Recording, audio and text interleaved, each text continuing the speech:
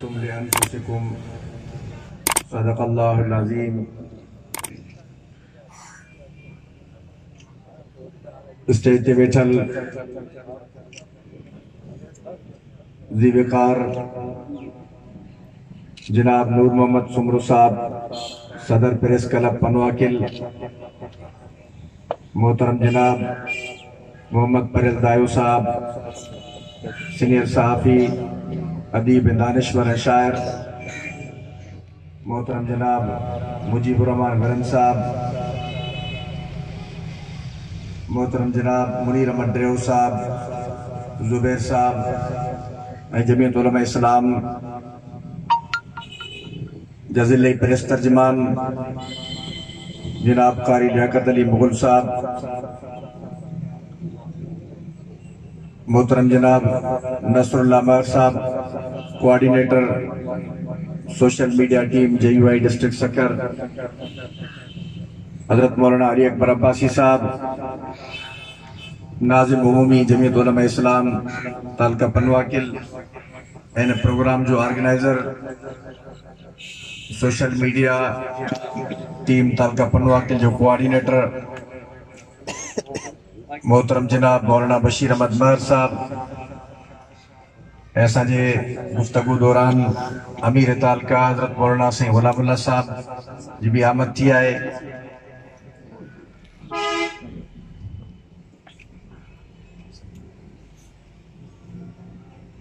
सबका पहिरियां त मां जमीयत उलमा इस्लाम जी सोशल मीडिया जी टीम जे जिम्मेदारन के दोस्तन के मुबारकबाद अर्ज करण चाहियां थो। असांजा दोस्त वक्त जे ज़रूरतन जे पेश नज़र जिते पंहिंजो पाण खे मुनज़म करण जी कोशिश कई थो, साॻी जगह ते उहे महदूद ऐं मखसूस मक़ामात खां अॻिते निकिरी रोड रस्तनि मैदाननि ऐं प्रेस क्लबनि ते प्रोग्राम करण जे हिकिड़े नए रवाज जो आगाज़ कयो अथऊं। सोशल मीडिया जे हवाले सां ऐं मीडिया जे हवाले सां असांजा सहाफ़ी दोस्तनि तमामु बहितरीन गुफ़्तगू कई आहे। मां सम्झां थो त मुंहिंजी तरबियत जे लाइ बि उहा काफ़ी आहे ऐं तव्हांजी तरबियत जे लाइ बि उहा काफ़ी आहे। ऐं वरी असांजे ज़िले प्रेस तर्जमान जंहिंखे मुजीब साहब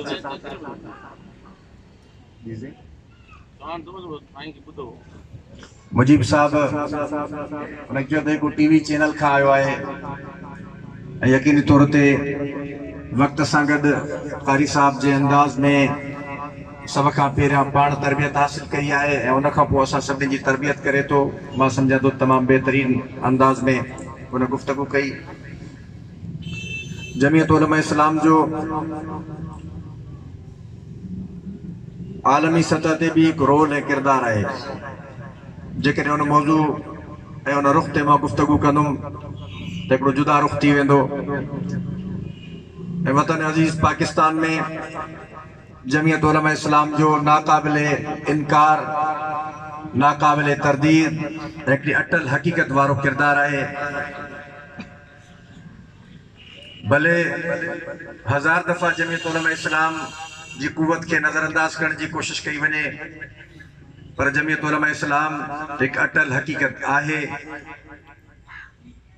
जॾहिं 2001 में जमीयत उलमा इस्लाम जी तंज़ीम साज़ी थिए पई ऐं मां भी जमीयत उलमा इस्लाम जे सूबाई सदारत जे दौर जो इख़्तिताम वारा ॾींहं हुया ऐं JUI में पहिरियों दफ़ो तालके पनवाकिल जो नाज़िम इंतख़ाब थियुम। उन वक़्त मरकज़ी नाज़िम इंतख़ाब जमीयत उलमा इस्लाम जो सेनेटर मौलाना गुल नसीब खान साहब हुया ऐं मौलाना गुल नसीब खान साहब जी हिकु दफ़े बरतानिया जे सफ़ीर सां मुलाक़ात थी। बरतानिया जो सफ़ीर असांजे उन वक़्त जे चीफ ऑर्गेनाइज़र खे चवण लॻो त मां पाकिस्तान जे सभिनी सियासी पार्टियुनि जे तंज़ीम साज़ी ऐं रुकनियत साज़ी जे मराहिल खे चेक कंदो रहियो आहियां। पर जेको नेटवर्क मां जमीयत उलमा इस्लाम जो ॾिसां थो पाकिस्तान जी कंहिं बि सियासी पार्टी वटि इहो नेटवर्क कोन्हे ऐं इहो को वधा न आहे, इहा हक़ीक़त आहे।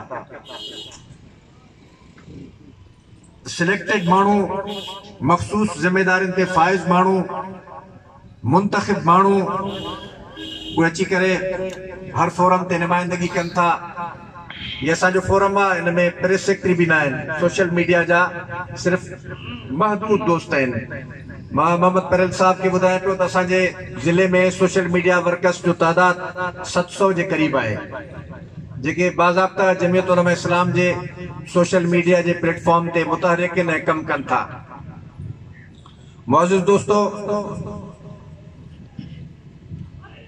बुनियादी तौर ते सोशल मीडिया जे न आज़ाद प्लेटफॉर्म ते जंहिंजे मथां अमूमन के क़ाइदा ज़ाब्ता ऐं कानून न आहिनि, उन जे बावजूद जमीयत उलमा इस्लाम जी सोशल मीडिया जी टीम इंतहाई ज़िम्मेदारी सां ख़िदमतूं सरअंजाम ॾेई रही आहे। ऐं मां इन प्रोग्राम जी विसादत सां पंहिंजे साथियुनि खे हिकु दफ़ो ॿीहर पंहिंजी क़ियादत ऐं पंहिंजे तरफ़ खां उहा साॻी गुज़ारिश दोहिराइणु चाहियां थो त जमीयत उलमा इस्लाम जे सोशल मीडिया वर्कर खे इख़लाक़ जो दामन आख़िरी मौक़े ते बि लाहे छॾिणो। यानी का हिकिड़ी हद हूंदी आहे, अॻिलो बद इख़लाक़ी खां कमु वठे थो, घटि वधि ॻाल्हाए थो, गार गंद ते लही आयो आहे, इहा इंतिहा हूंदी आहे। ऐं उनखे बि तहमुल सां बर्दाश्त करणु ऐं उनखे बि इन जो क़ाइल करणु त दलील जे तरफ़ अचु, जेकॾहिं को दलील थी त दलील ॾे, न त क़ुरान करीम जी तालीमात मुताबिक़ क़ालू सलामा, बाबा बोतार सलामती हुजे तो ते जान छॾ, बद इख़लाक़ी जी ॿोली जो मां जवाब बद इख़लाक़ी में नथो ॾेई सघां। इहो असांजो मक़सदु हुजणु घुरिजे। ऐं इन मक़सद ते जॾहिं असां कमु कयोसीं त ज़रूर तनक़ीद करण वारनि जी तनक़ीद तारीफ़ में तब्दील थी वेंदी ऐं इन मक़ाम ते रुकिजी वेंदा। मुअज़्ज़िज़ दोस्तो, जमीयत उलमा इस्लाम जिते आलमी सतह ते हिकिड़ो भरपूर किरदार रखे थी ऐं मुल्की सतह ते हिकु भरपूर किरदार रखे थी, तो साॻे मौक़े ते सिंध जी अटल हक़ीक़त भी जमीयत उलमा इस्लाम आहे। सिंध जी तारीख़ ते नज़र कंदासीं, क़याम पाकिस्तान खां बाद सिंध जे अवाम जे लाइ, सिंध जे बुनियादी मसाइल जे लाइ, सिंध जे जाइज़ हक़नि जे लाइ ऐं सिंध जे बढ़ंदड़ मसइलनि जे लाइ उहे असांजा अज़ीम रूहानी रहबर ऐं लीडर जन मसनद ते वेही करे अल्लाह जे नाले जी तालीम ॾिनी, जन दर्सगाहुनि में वेही करे क़ुरान और सुन्नत जी तालीम ॾिनी, जन मेंबर और मेहराब में वेही करे दीन जी तबलीग कई, उहे अज़ीम शख्सियतूं सिंध जे मसइलनि ते ख़ामोश न रही सघियूं ऐं सिंध जे मसइलनि ते बावजूद हिन जे त उहे तमामु वॾियूं रूहानी शख्सियात हुयूं, बावजूद हिन जे उहे तमामु वॾियूं इल्मी शख्सियात हुयूं, वॾे वॾे पाए जा बुज़ुर्ग हुया, पर सिंध जे मसइलनि ते उन्हनि अणॼाणाई वारो न बल्कि क़ाइदाना किरदार अदा कयो। मुझे मुराद खानका अमरोड शरीफ जो अजीम लीडर हजरत मौलाना सैयद मोहम्मद शाह अमरोटी रहमतुल्लाह अलैह आहे, जॾहिं सिंध जे मसाइल ते ॻाल्हाइण वारा माण्हू बराए नाम बचा, उन वक़्त इमाम अमरोटी सिंध जे मसइलनि खे दलाइल सां पेश कयो, जुरत सां पेश कयो। मुझी मुराद असांजे बेर शरीफ वारी गादी जी अज़ीम शख्सियत इमामुल असर हजरत मौलाना अब्दुल करीम कुरैशी बेर शरीफ वारो, जंहिं सिंध जे मसइलनि ते इंतिहाई जुरत सां किरदार अदा कयो। ऐं रुॻी इहो न, सिंध जा वॾा वॾा उलमा जन पंहिंजो किरदार अदा कयो। शहीद अल्लामा डॉक्टर खालिद महमूद सुमरो रहमहुल्लाह, शेखुल हदीस हजरत मौलाना मोहम्मद मुराद आले जवी रहमतुल्लाह, उस्ताद गुलाम कादिर पंवार, इहो अज़ीम शख्सियतन जेकॾहिं कंहिं बि तासुब जे करे या कंहिं बि हिकिड़े ख़्याल जे करे उन जे ख़िदमतनि खे सिंध खां को कटण जी कोशिश कंदो त उहे ख़िदमात अधूरियूं रहिजी वेंदियूं, उनजो किरदार ख़तम न थी सघंदो। मुंहिंजा मोहतरम दोस्तो, जमीयत उलमा इस्लाम हमेशा इंसानी हक़नि जी ॻाल्हि कई आहे ऐं इस्लाम खां बहितर इंसानी हक़ केरु थो फराहम करे सघे। दुनिया में जंग जे मैदाननि ते इंसानी हक़नि जो तसवुर नायाब आहे। दुनिया जी का बि अहिड़ी जंग जेका मैदान ते लगी हुजे, तलवारनि ऐं बंदूकनि जी जंग हुजे ऐं पोइ उते इंसानी हक़नि जो तसवुर कयो वञे, सवाइ इस्लाम जे दुनिया में कंहिं बि मौक़े ते सॼी तारीख़ में अहिड़े क़िस्म जो को मिसाल पेश नथो करे सघिजे। इस्लाम हालत अमन हुजे या हालत जंग, इंसानियत जे हक़नि जी हिकिड़ी भरपूर तालीम पेश कई आहे। मुंहिंजा मोहतरम दोस्तो, मां जेकॾहिं मसाइल खे तफ़सील सां वठां त यकीनी तौर ते वक़्तु नाकाफ़ी आहे।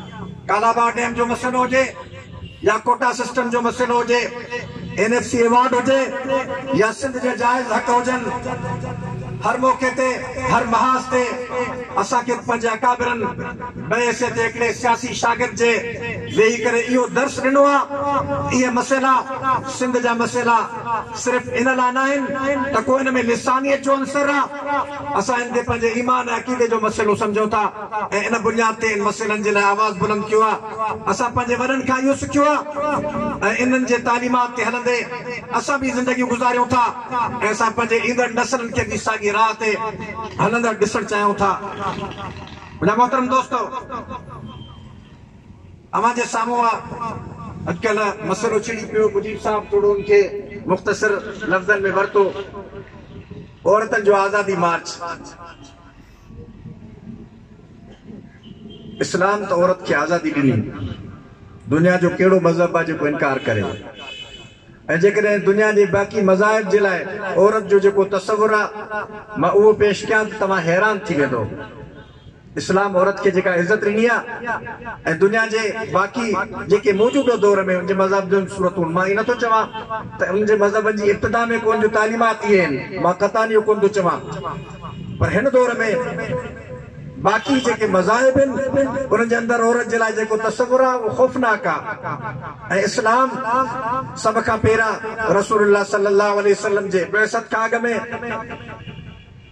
औरत जो इज़त ऐं मक़ाम छा हुयो?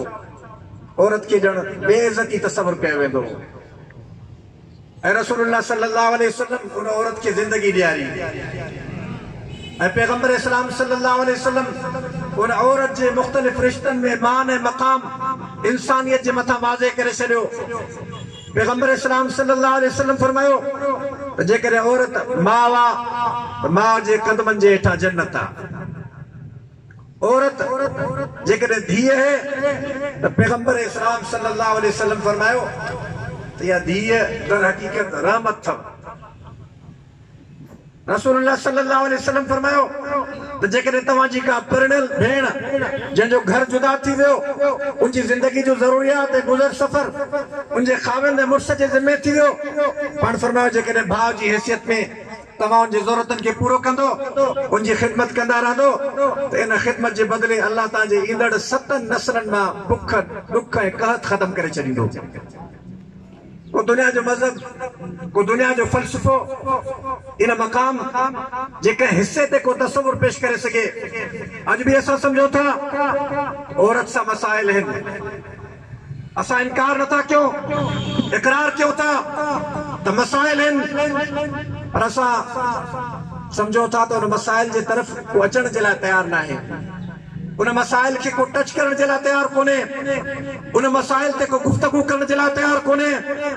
रुगी ज़बान डिगी करे मज़हब ते तनक़ीद करण, रुगी ज़बान डिगी करे मज़हबी माण्हुनि ते तनक़ीद करण, इन सां औरतनि जा मसइला हल न थींदा।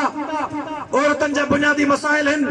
अॼु बि असांजे समाज में हशर इहो आहे त औरत खे मिल्कियत जे हक़ खां महरूम रखियो थो वञे। छो तव्हांजी ज़बान खे नांग सिंगी वियो आहे जे औरत जे हिन बुनियादी हक़ ते नथा ॻाल्हायो। अॼु बि असांजे समाज में हशर इहो आहे त तालीमी इदारनि मां औरतनि जा लाश टंगियल मिलनि था, असांजे शहरनि में असांजे नियाणियुनि जा लाशा अचनि था। तव्हां आज़ादी मार्च उन कॉलेजनि में छो कोन था कयो ऐं उन मौक़े ते तव्हां इन मसाइल ते पंहिंजी ज़बान खे खोलण जे लाइ तयारु छो कोन आहियो? इन जे करे न खोलींदो। मां चिटल लफ़्ज़नि में ॿुधाइण चाहियां थो उहे मसाइल तव्हांजे रवैयनि जे करे पैदा थिया आहिनि। तव्हां जेका सोसाइटी नई सोसाइटी जनम ॾियणु चाहियो था इन जे करे इहे मसाइल पैदा थिया आहिनि। तव्हां सोसाइटी खे ख़राब करणु चाहियो था, तव्हां सॼे निज़ाम में बिगाड़ पैदा करणु चाहियो था ऐं पोइ उनजो अंजाम इहो थींदो त तव्हां सभ खां वधीक ज़ुल्म कंहिं ॿिए तबिके सां न कंदो, तव्हांजे ज़ुल्म जो शिकार औरतूं थींदियूं। मसाइल मौजूद आहिनि। न्याणियुनि खे कारोकारी जी सूरत में बननि कननि जे करे, रिश्तनि जे करे, पसंदि नापसंदि जे करे क़त्ल कयो थो वञे। छो कोन उन मसाइल ते कारोकारी जे ख़िलाफ़ निकिरो न? जेकबाबाद खां, कश्मीर खां जागीरदाराना समाज खे चैलेंज कयो। जिते कारोकारी जा फैसला थियनि था, जिते न्याणियुनि जे मथां ज़ुल्म थिए थो, उते तव्हांजी ज़बान खे नाग चक हणी वियो आहे, ॻाल्हाइण जे लाइ तयारु न थींदो। मुंहिंजा मोहतरम दोस्तो, तनक़ीद लाइ सोलो हथ अची वियो मौलवी। असां मौलवियुनि जो बि हशर आहे उहो जेको हिकिड़ो लतीफ़ो ॿुधाईंदा आहिनि त को हमरा पीउ पुटु वञनि पिया गॾु हुयुनि। सभ खां पहिरियां कुराड़े खे गॾ ते विया आहिनि। कुराड़ो गॾ ते वेठो, गुज़रंदड़ माण्हुनि चयो ॾिसो छोरो हटो घटो नौजवान सेहतमंद अछी ॾाढ़ी वारो पीउ पाण गॾ ते वेठो आहे, ही मासूम ॿार खे पुठियां गॾ करण जे लाइ मुक़ररु कयो थिए। त कुराड़े खे ख़्यालु थियो त वाक़ई शायदि मां ग़लति कयां थो। उन खां बाद हुन पुट खे विहारिया, वरी पुट ते तनक़ीद थी त बाबा ॾिस छोरो पाण गॾ ते वेठो आहे, अछी ॾाढ़ी वारो पीउ गॾ हकले थो। वरी ॿिन्ही पंधु हलण जो फ़ैसिलो कयो। जॾहिं ॿई पंधु हलिया माण्हू खिलण लॻा, ॾिस त अहिड़ा चूतिया ॿिया गॾ बि अथनि पर घुमनि ॿई पंधु था। हुननि सोचियो त मसइलनि जो हल हाणे ॿियो को बि कोन्हे, गॾ खे खणी कुल्हे ते खयो। असां बि हाणे छा कयूं? आख़िर मौलवी त थी पिया आहियूं, सभु कुझु कयूं था, हर जाइज़ कम हर इशू ते असां कामरेडनि सां कुल्हो कुल्हे में मिलाए बीठा आहियूं। मां त हिन जे रवैयनि खां ख़फ़ा थी करे पंहिंजी क़यादत खे इहो मशवरो ॾियण ते मजबूर थियो आहे त असांखे हिननि जे कंहिं बि हिन सां गॾु हलण जी ज़रूरत कोन्हे। असां पाण सिंध आहियूं, असां भिटाई जा वारिस आहियूं, असां सचल जा वारिस आहियूं, असां कलंदर जा वारिस आहियूं, असां हाणे जी वारे जा वारिस आहियूं, बेर वारे जा वारिस आहियूं, अमरोट वारे जा वारिस आहियूं। असांखे हिन क़िस्म जे बिगड़ियल माण्हुनि जे सहारे वठण जी ज़रूरत कोन्हे। असां पाण सिंध आहियूं, पंहिंजी ज़ात में सिंध आहियूं, सिंध जा ख़ादिम आहियूं, असां ख़िदमत करणु ॼाणियूं था, ख़िदमत कंदा रहंदासीं। बेसाखियुनि जे सहारे ते हली करे असां सिंध कार्ड खे इस्तेमालु करणु न सिखियो आहे, न करणु चाहियूं था। इंशा अल्लाह ताला असां आवाम जी बि ख़िदमत कई आहे, वतन अज़ीज़ पाकिस्तान जी बि ख़िदमत कई आहे, बाबुल इस्लाम सिंध जी बि ख़िदमत कई आहे ऐं इंशा अल्लाह ताला ख़िदमत कंदा रहंदासीं। असां पैगाम साॻियो दोहराइणु चाहियूं था त ही बाबुल इस्लाम सिंध आहे। सिंध में हिकिड़ी मशहूरु कहावत आहे, न्याणियूं उनजे लाइ तसवुर आहे, अदीब दानिश्वर सभु ॼाणींदा आहिनि, सतन क़ुराननि जे बराबरि हिकिड़ो तसवुर आहे। थोरे जो शरीयत जे हवाले सां मां उन ते को तबसरो कोन थो करणु चाहियां। जंहिं मुआशिरे में एॾी वॾी इज़त मिले न्याणी खे, जंहिंजे मथे ते चादर हुजे ऐं जंहिं मुआशिरे में जंहिं समाज में इज़त इहा हुजे, न्याणी आई त खून बि माफ़िन, न्याणी आई त ॾोह बि माफ़िन। बिलाखिर उन न्याणी खे तव्हां रांदीको छो था बणायो? उन न्याणी खे तव्हां तमाशो छो था बणायो? उनजो मज़ाक छो था उॾारियो? उन न्याणी जे बुनियादी मसाइल खे नज़रअंदाज करे जेकॾहिं तव्हां न्याणी जे लाइ मसाइल पैदा करणु चाहींदो, औरत जे लाइ मसाइल पैदा करणु चाहींदो, त पोइ असां ॿुधाइणु चाहियूं था त पोइ तव्हांजे लिकण वारा इहे मोर्चा तव्हांजे लाइ ग़ैर महफ़ूज़ आहिनि। न्याणियुनि जा वारिस असां मर्द वेठा आहियूं ऐं असां न्याणियुनि जे हक़नि जे लाइ तव्हांखे मुंहुं टोड़ जवाबु ॾींदासीं ऐं तव्हांखे लिकण जे लाइ इहे मोर्चा तव्हांखे महफ़ूज़ मोर्चा न मिलंदा। मुंहिंजा मोहतरम दोस्तो, चूंकि सोशल मीडिया जे उनवान ते प्रोग्राम मुनक़िद थियो ऐं मां हिकु दफ़ो ॿीहर पंहिंजे दोस्तनि जे उन महिनत ऐं जदोजहद खे मुंहिंजी साराह कयां थो। अल्लाह रब्बुल इज़्ज़त हिन क़िस्म जा प्रोग्राम ऐं सिलसिलो बाक़ी रहे, जारी सारी रहे। मां पर उम्मीद आहियां असांजी सोशल मीडिया जी टीम इन हवाले सां अञा वधीक कमु कंदी, दोस्तनि खे मुनज़म कंदी ऐं भरपूर तरीक़े सां इंशा अल्लाह ताला असांजो ही नेटवर्क सोशल मीडिया जो नेटवर्क ही भी इंशा अल्लाह अज़ीज़ जमियत उलमा इस्लाम जे तंज़ीम वांगुरु इंतिहाई बेहतर ऐं मुनज़म किरदार अदा कंदो। अल्लाह रब्बुल आलमीन जेको चवरायो शरफ़ क़बूलियत बख़्शे। आमीन।